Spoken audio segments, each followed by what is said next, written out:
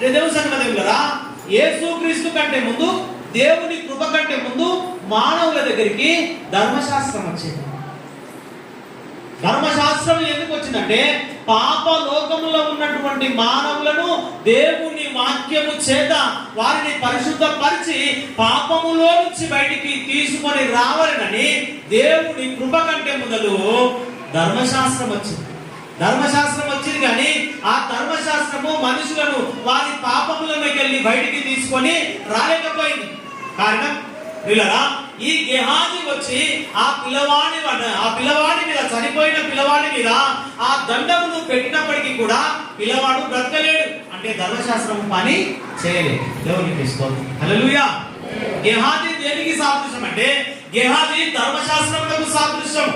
గెహాజీ ధర్మశాస్త్రములకు సాదృశ్యం అయితే ఆ గెహాజీ వచ్చి ఆ పిల్లవాడిని ఏం చేయలేకపోయాడు?